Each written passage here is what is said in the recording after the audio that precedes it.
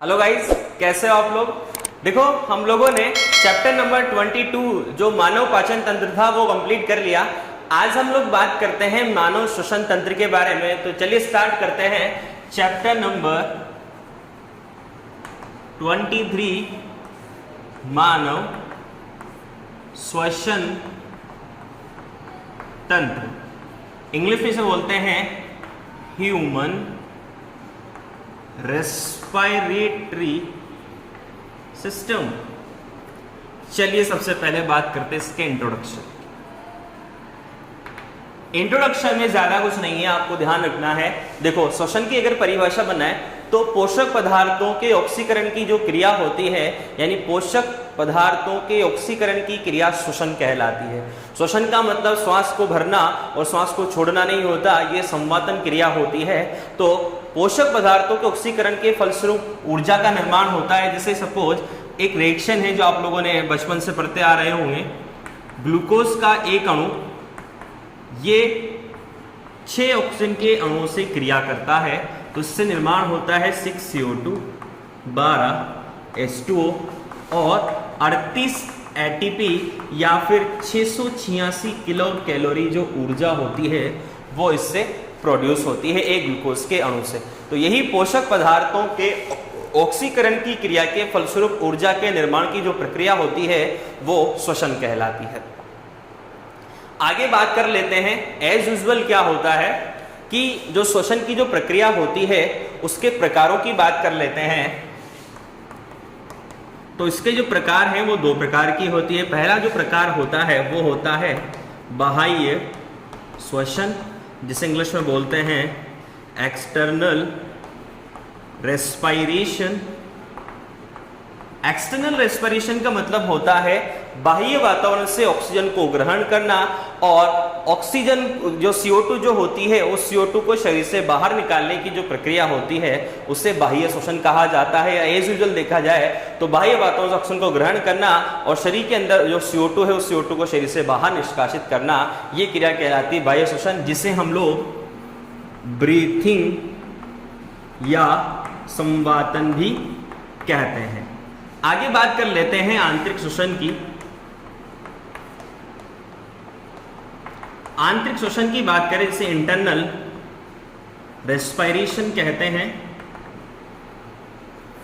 तो इसका मतलब यह होता है कि जो ऑक्सीजन जो थी उसको हमने बाह्य वातावरण से फेफड़ों में ग्रहण कर लिया।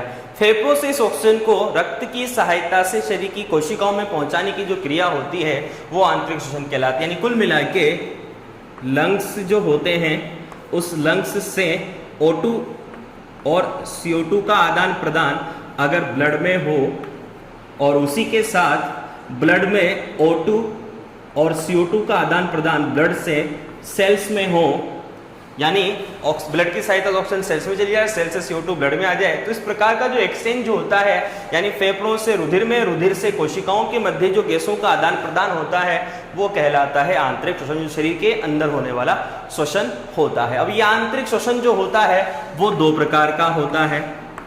एक तो होता है एरोबिक रेस्पिरेशन, एक होता है एनएरोबिक रेस्पिरेशन। यानी एक तो होता है वायवीय श्वसन, एक होता है अवायवीय श्वसन या एक अनाक्षी श्वसन और एक ऑक्सी श्वसन। तो ये तो होता है अनाक्षी श्वसन या अवायवीय श्वसन, अनाक्षी या अवायवीय श्वसन, और ये होता है वायवीय या फिर ऑक्सी श्वसन।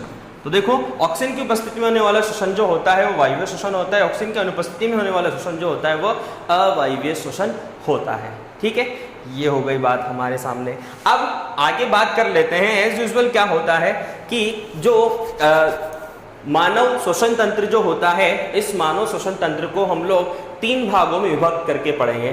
तो मानव श्वसन तंत्र का जो अध्ययन करेंगे उसको हम लोग, यानी मानव श्वसन तंत्र के जो अंग होते हैं उन्हें 3 भागों में विभक्त करके हम लोग डिटेल से पढ़ेंगे। तो देखो कैसे। सबसे पहले तो जैसे ये मानव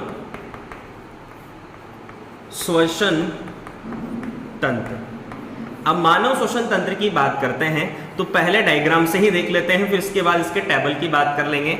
सबसे पहले होगा क्या, ये होता है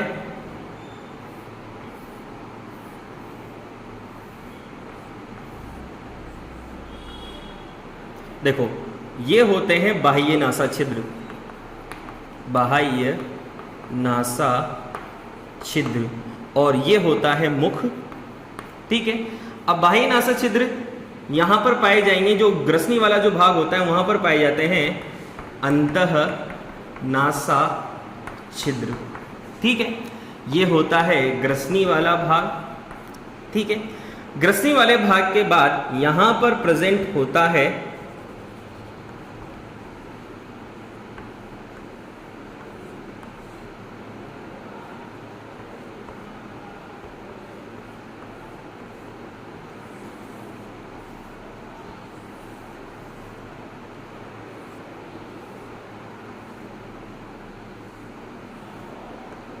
देखो ये बाह्य नासा छिद्र, ये होती है नासा गुहा या इसे नासा पथ भी बोल सकते हैं, अंतर नासा छिद्र होते हैं। अब नासिका जो होती है आगे जाकर खुलती है ग्रसनी वाले भाग में।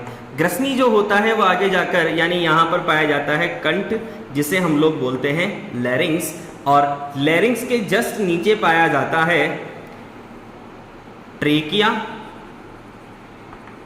श्वास नाल जिसे कहा जाता है। श्वास नाल जो होती है वो आगे जाकर दो भागों में विभक्त हो जाती है, जिसे श्वसनी कहा जाता है। ट्रेकिया श्वास नाल होता है, श्वसनी को ब्रोंकी कहते हैं इंग्लिश में।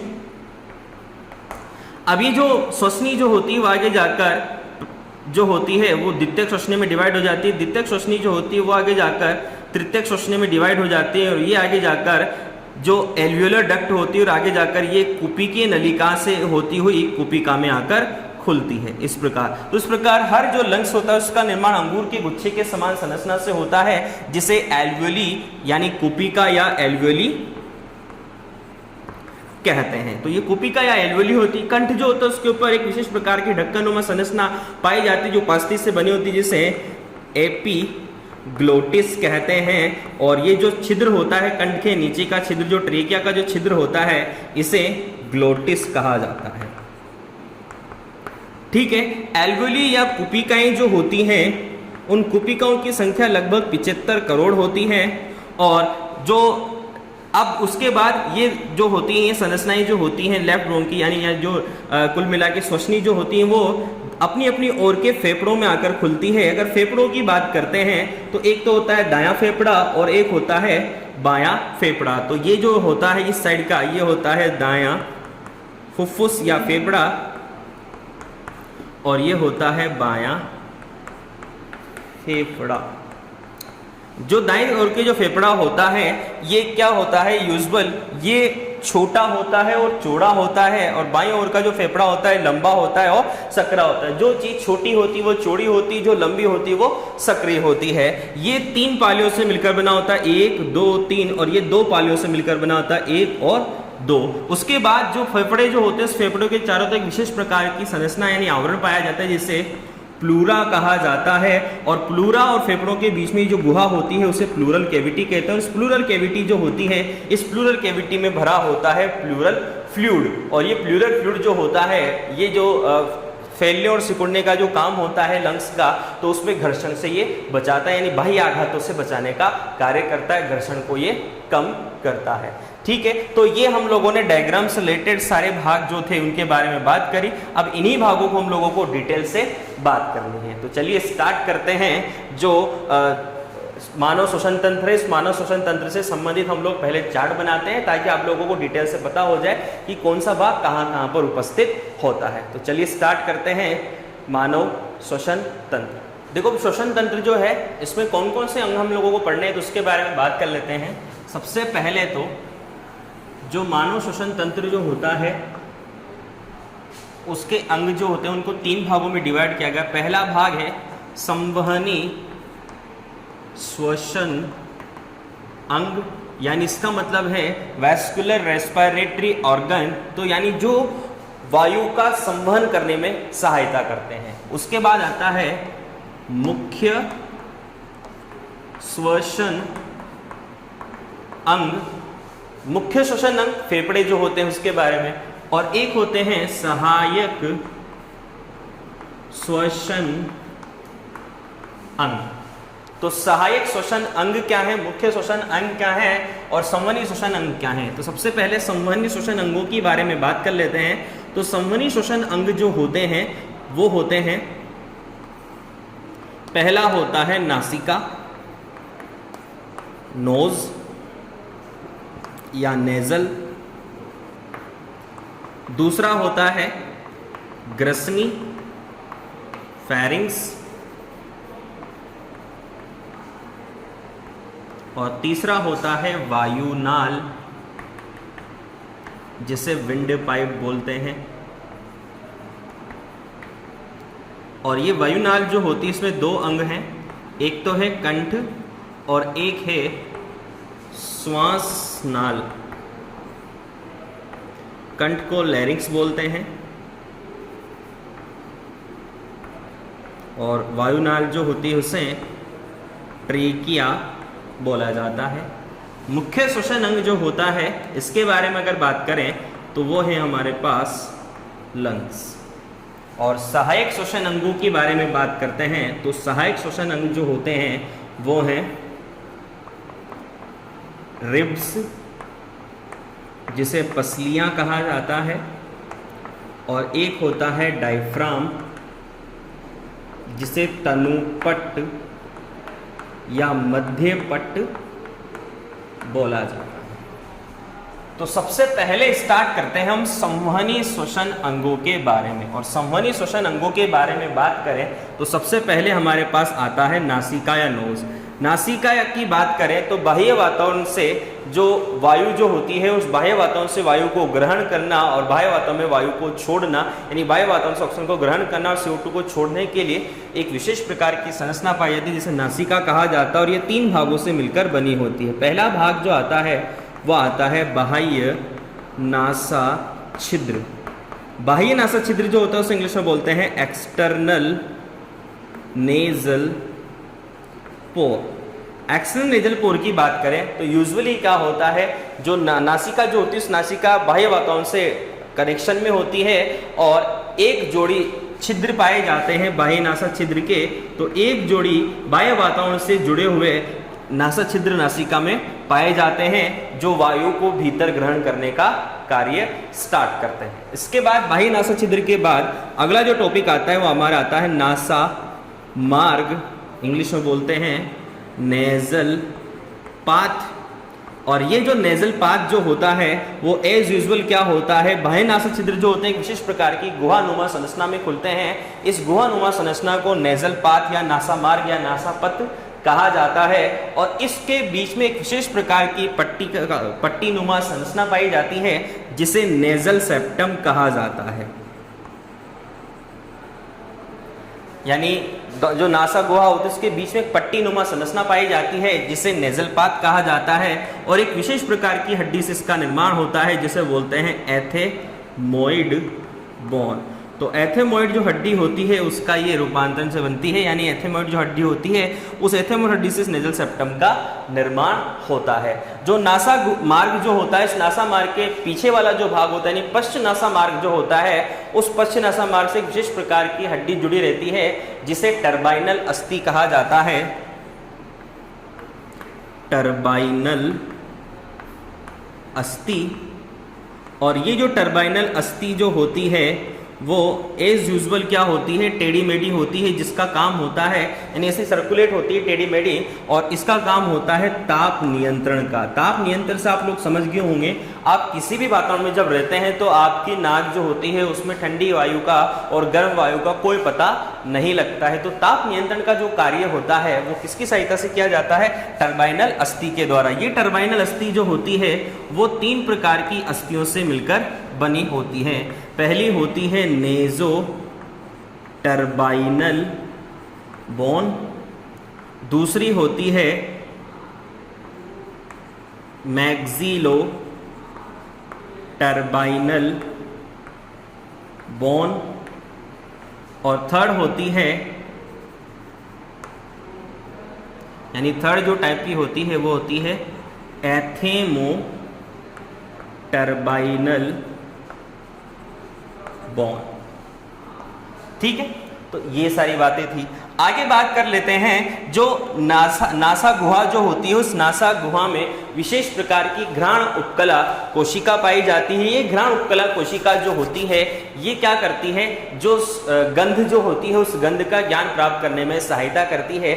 इसी के साथ साथ नासा गुहा में रोम पाए जाते हैं, बाल संरचनाएं पाई जो धूल के कणों को अंदर भीतर तक यानी लंग्स तक पहुंचने नहीं देती, बाहर ही रोक देती है। उसी के साथ साथ तेल ग्रंथियां इसमें पाई जाती है। तेल ग्रंथियों के साथ साथ इस नासा गुहा जो होती है उसमें श्लेष्मा जो होती है, उस श्लेष्मा ग्रंथि पाई जाती है जो श्लेष्मा का स्त्रवण करती है, जिससे इन धूल के कणों को, मिट्टी के कणों को बाहर निकाल दिया जाता है। इसी के साथ श्वेत ग्रंथि जो होती है यानी पसीने का स्त्रवण करने वाली जो ग्रंथि होती है वो भी इसमें पाई जाती है। तो नासा गुहा से रिलेटेड सारी बातें हम लोगों ने कर ली।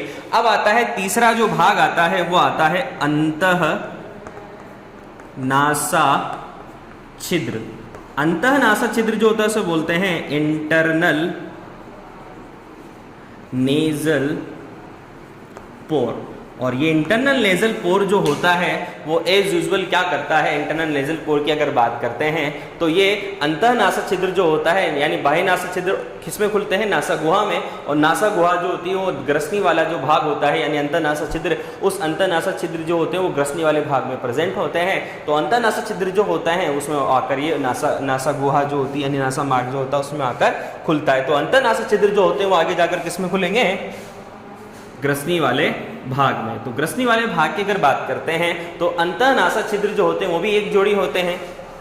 ये भी कितने होते हैं, एक जोड़ी। आप लोगों को मैंने पाचन तंत्र में पढ़ाया था कि जो अल्वा या विलम पेलाटाई जो होता है वो अंतः नासा छिद्र को भोजन ग्रहण करते समय बंद करने का कार्य करता है। ये वही अंतः नासा छिद्र होते हैं जो फेरिंग्स में आकर खुलते हैं। यानी फेरिंग्स और ग्रसनी की बात करें तो ग्रसनी जो होती है एक विशेष प्रकार की संरचना होती है और ये जो ग्रसनी जो होती है ये एक तरह से श्वसन तंत्र और पाचन तंत्र दोनों जो होते हैं, दोनों तंत्रों का कॉमन भाग होता है, यानी दोनों में हम लोग इसको पढ़ते हैं। तो हमने डिटेल से बात पाचन तंत्र में कर ली थी। नासा ग्रसनी जो होती है इसके तीन भाग होते हैं। पहला जो भाग होता है वो होता है नेजो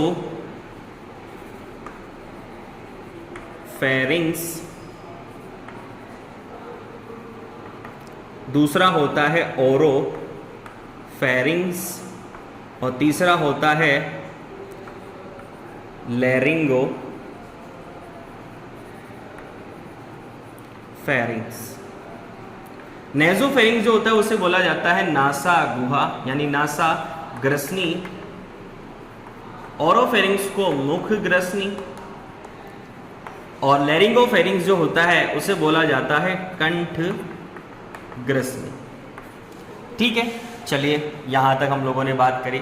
अब बात करते हैं वायुनाल या विंड पाइप की। तो वायुनाल या विंड पाइप जो होता है उसमें सबसे पहला भाग जो आता है वो हमारे पास आता है कंठ। कंठ के बारे में बात कर लेते हैं तो डायग्राम देखते हैं। यूजुअली क्या होता है, कंठ का जो निर्माण होता है वो विशेष प्रकार की उपास्थियों से बनी हुई संरचना से होता है और ये उपास्थियां जो होती हैं वो तीन प्रकार की संरचना के रूप में पाई जाती हैं, जिनका जो मेन काम जो होता है वो कंठ का निर्माण करना होता है। और ये जो संरचनाएं जो होती हैं ये विशेष प्रकार की संरचना में होती है जो काचा उपास्थि के रूप में पाई जाती हैं।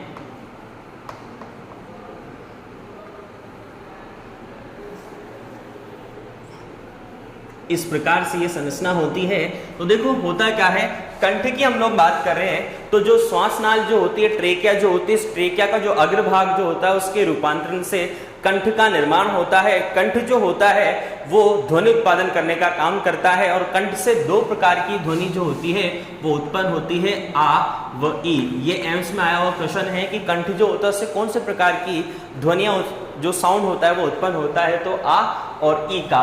और यूजुअली जो कंठ के द्वारा ध्वनि उत्पादन की जो क्रिया होती है उसे फोनेशन कहा जाता है। आगे बात करें तो जो कंठ जो होता है वो हमारी जो कशेरुक दंड जो होती है चौथी, पांचवी और छठी उसके समानांतर पाया जाता है। चौथी, पांचवी, छठी ग्रीवा जो कशेरुकाएं होती है, गर्दन में पाई जाने वाली जो कशेरुकाएं होती हैं, हम जो कंकाल तंत्र पढ़ेंगे तो वहाँ आप लोगों को इसके बारे में डिटेल से बात बताएंगे।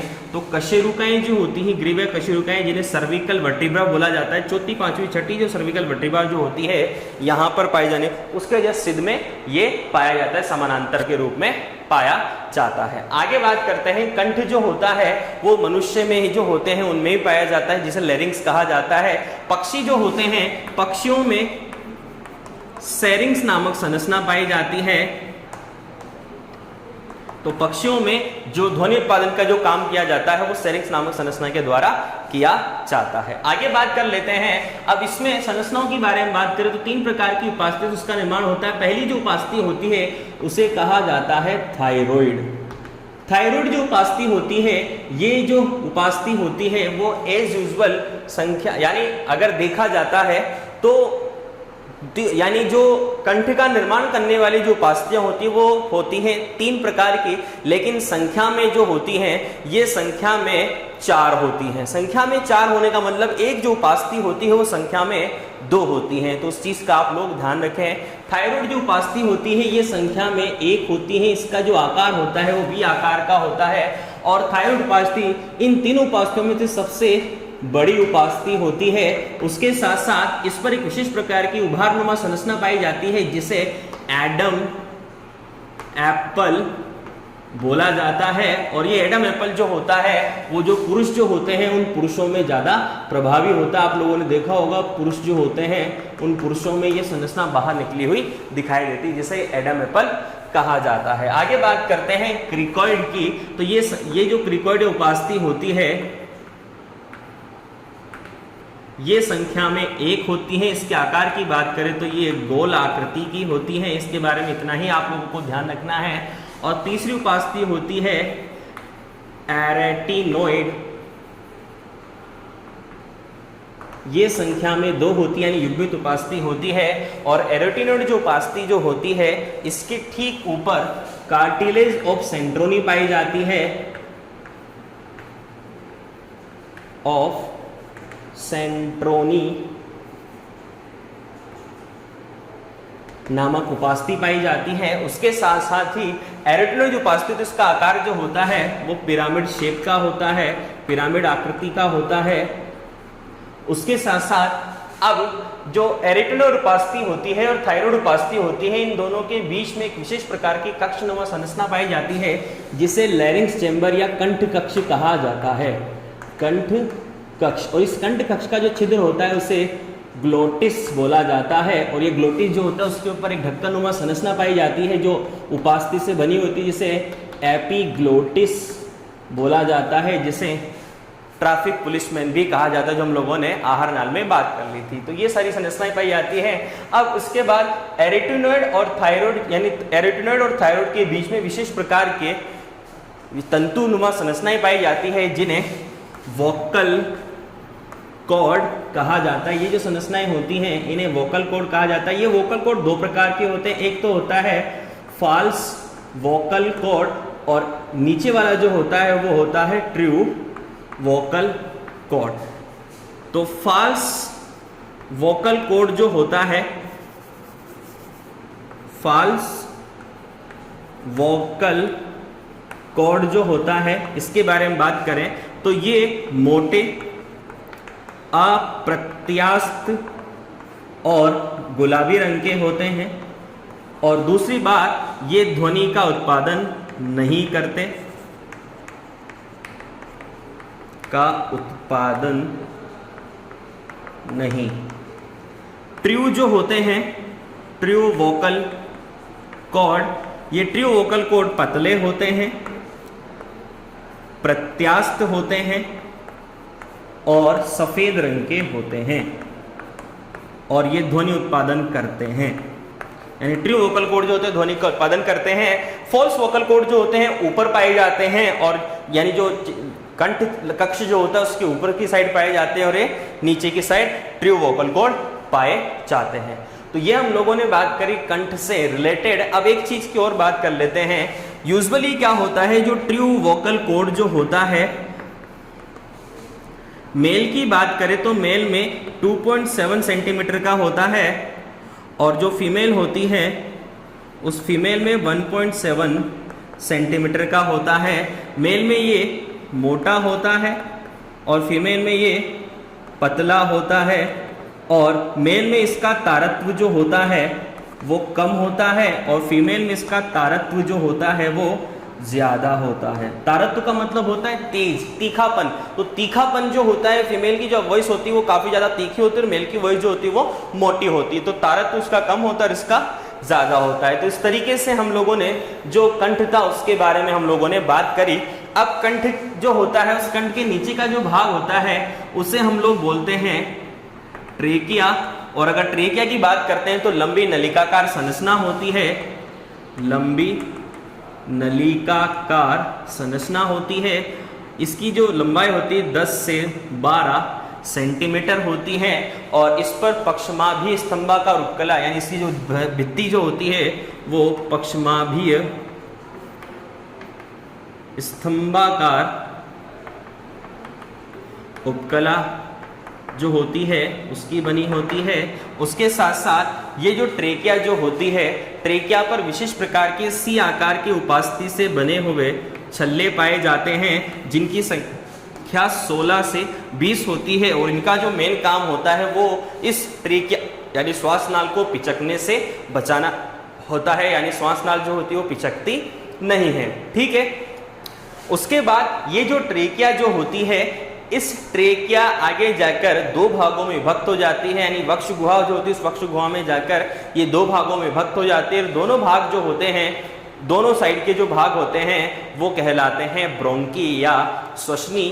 तो दोनों के भाग जो होते हैं वो अपनी अपनी ओर के जो फेफड़े होते हैं उनमें प्रवेश कर जाते हैं, लेफ्ट ब्रोंकी और राइट ब्रोंकी। और ये ब्रोंकी जो होती है वो आगे जाकर डिवाइड हो जाती है प्राइमरी, सेकेंडरी, टर्सरी ब्रोंकी में, और ब्रोंकी जो होती है वो आगे जाकर डिवाइड हो जाती है ब्रोंकियोल्स में यानी श्वसनिकाओं में, और श्वसनिकाएं जो होती है वो आगे जाकर एल्वियोली यानी कुपी के नलिका में डिवाइड होती है और कुपी के नलिकाएं आगे जाकर कुपिकाओं में ओपन हो जाती है। तो इस प्रकार एक श्वसन वृक्ष का निर्माण होता है। तो ये जो श्वसन वृक्ष जो होता है ये पाया जाता है लंग्स के भीतर। तो हम लोगों ने जो संवहनी श्वसन अंग थे उसके बारे में बात करी।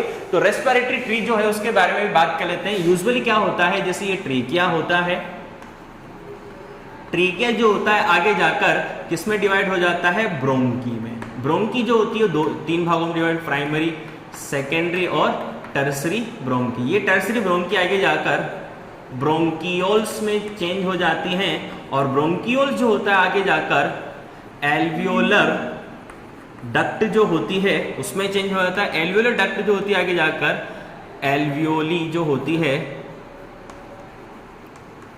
इसमें आकर ओपन हो जाती है। ये पूरी की पूरी जो संरचना होती है इसे बोलते हैं श्वसन वृक्ष या रेस्पिरेटरी ट्री बन जाता है। तो रेस्पिरेटरी ट्री जो है इसका डायग्राम से हम लोग जब मेन श्वसन अंग पढ़ेंगे लंग्स, तो लंग्स के टाइम पर हम लोग इसके डायग्राम से देखेंगे कि श्वसन वृक्ष जो होता है वो कैसे बनता है। तो आज हम लोगों ने जो बात करी वो बात करी जो मानव श्वसन तंत्र था, उस मानव श्वसन तंत्र में संवहनी श्वसन अंग थे उसके बारे में, नासिका के बारे में बात करी। नासिका तीन भागों में डिवाइड होती है, बाह्य नासा छिद्र, नासा मार्ग और नासा गुहा। दूसरा भाग ग्रसनी पड़ा, तीसरा भाग वायुनाल पड़ा और वायुनाल में कंठ और श्वासनाल के बारे में हम लोगों ने बात करी। तो आज के लिए इतना ही, कल मिलते हैं नए टॉपिक के साथ। Thank you so much.